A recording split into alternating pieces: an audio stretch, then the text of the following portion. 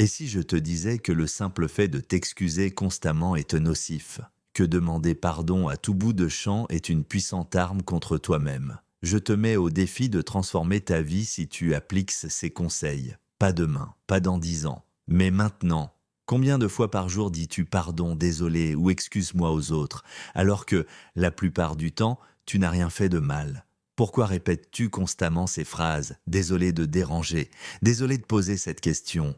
Au final, tu vas finir par t'excuser d'exister. T'es-tu déjà posé la question de savoir si cela te bien ou pas? Et surtout, pourquoi tu le fais constamment? Dans cette vidéo, que je t'invite à écouter attentivement, nous allons aborder cette habitude silencieuse, presque invisible, que beaucoup de gens ont et que la plupart des personnes trouvent d'anormal, mais qui est en réalité terriblement destructrice. S'excuser constamment tue ta personnalité. Et surtout, nous allons voir pourquoi arrêter de le faire peut littéralement changer la perception que tu as de toi-même et celle que les autres ont de toi. S'excuser en permanence n'est pas un signe de politesse excessive. C'est très souvent le symptôme d'un conditionnement profond. Savais-tu que l'origine de cette attitude vient en grande partie de l'éducation que nous avons reçue? Beaucoup d'entre nous ont grandi avec des phrases comme « ne fais pas de vagues »,« attention à ce que tu dis », attention à ta façon de te comporter, ne dérange pas les autres. Résultat, on apprend que prendre de la place est mal et que s'excuser devient une manière d'être accepté. La peur du rejet.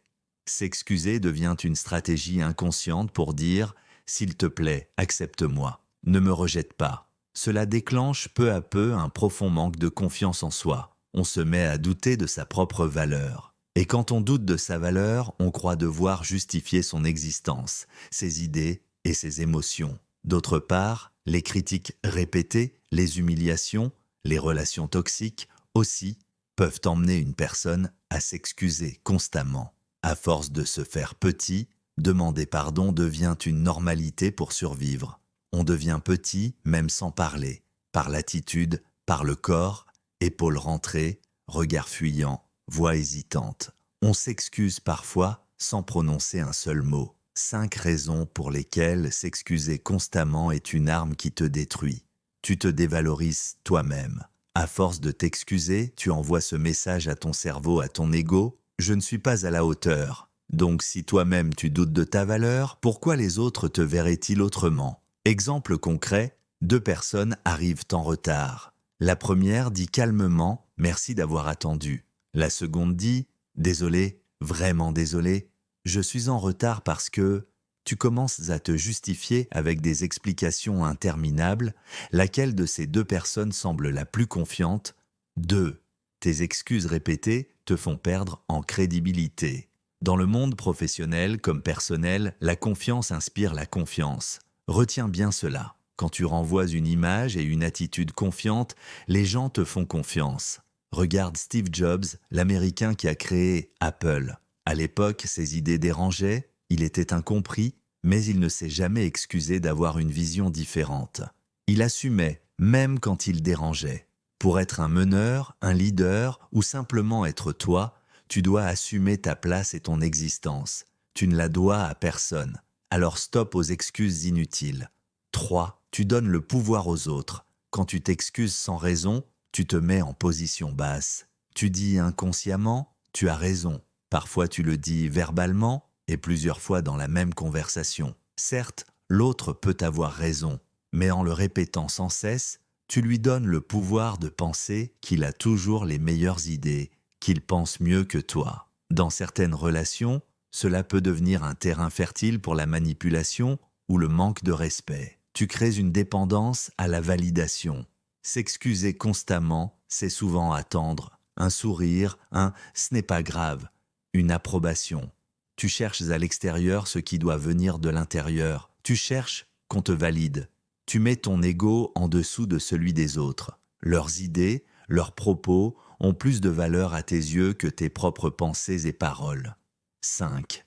Tu t'éloignes de ton authenticité. À force de vouloir plaire, tu finis par ne plus savoir qui tu es vraiment. Tu adaptes ton discours, tes émotions, ton comportement à ce que les autres attendent de toi.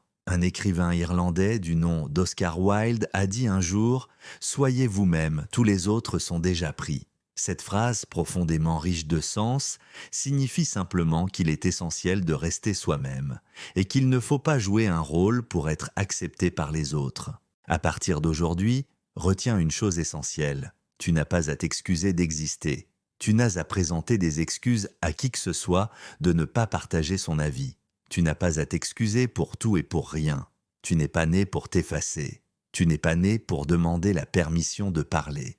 Tu n'es pas né pour te faire petit afin de rassurer les autres. Chaque excuse inutile que tu prononces est un pas en arrière, est un pas qui te diminue aux yeux des autres, un pas qui te fait perdre de la valeur en tant que personne. Sache que chaque fois que tu choisis de te respecter, le monde commence à te respecter aussi. Je ne te demande pas d'être arrogant, de manquer de respect sans vergogne ou de ne jamais présenter tes excuses lorsque tu es réellement en faute. Je suis en train de te faire comprendre que tu n'as pas à t'excuser constamment pour des actions commises par les autres, pour faire plaisir, pour avoir un avis différent ou simplement parce que tu n'es pas d'accord. Tu n'as pas à t'excuser d'exister ni de t'exprimer. À force de dire désolé sans raison valable, tu donnes l'impression de douter de ta légitimité. Au lieu de t'excuser, tu peux simplement expliquer et remercier. Par exemple, je vous remercie d'avoir patienté. Je vous remercie pour vos idées,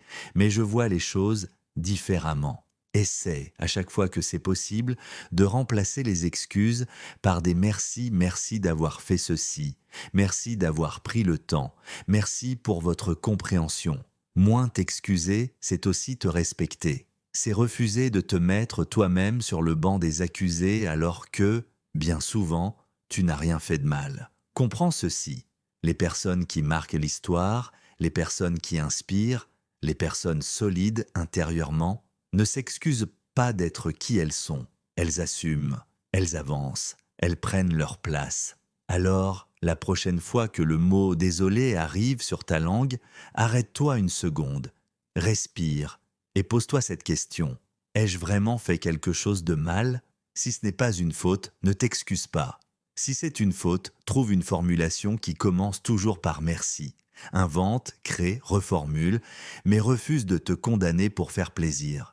Tiens-toi droit, regarde devant toi, assume. Parce que le jour où tu arrêteras de t'excuser inutilement, ce ne sera pas seulement ton langage qui changera, ce sera ton identité. Et ce jour-là, ta vie ne pourra plus jamais être la même. Pour que les autres te valorisent, pour qu'ils t'accordent de l'importance, tu dois d'abord te mettre toi-même sur un piédestal. Ne sois pas hautain, ne sois pas arrogant, sois simplement toi et garde ta dignité. On ne s'excuse jamais d'être présent. On ne s'excuse jamais d'avoir un avis différent. On ne s'excuse jamais de ne pas être d'accord. Souviens-toi de ceci. Les autres te traitent exactement comme tu te traites toi-même. Tu as de valeur, ne laisse personne te faire croire le contraire.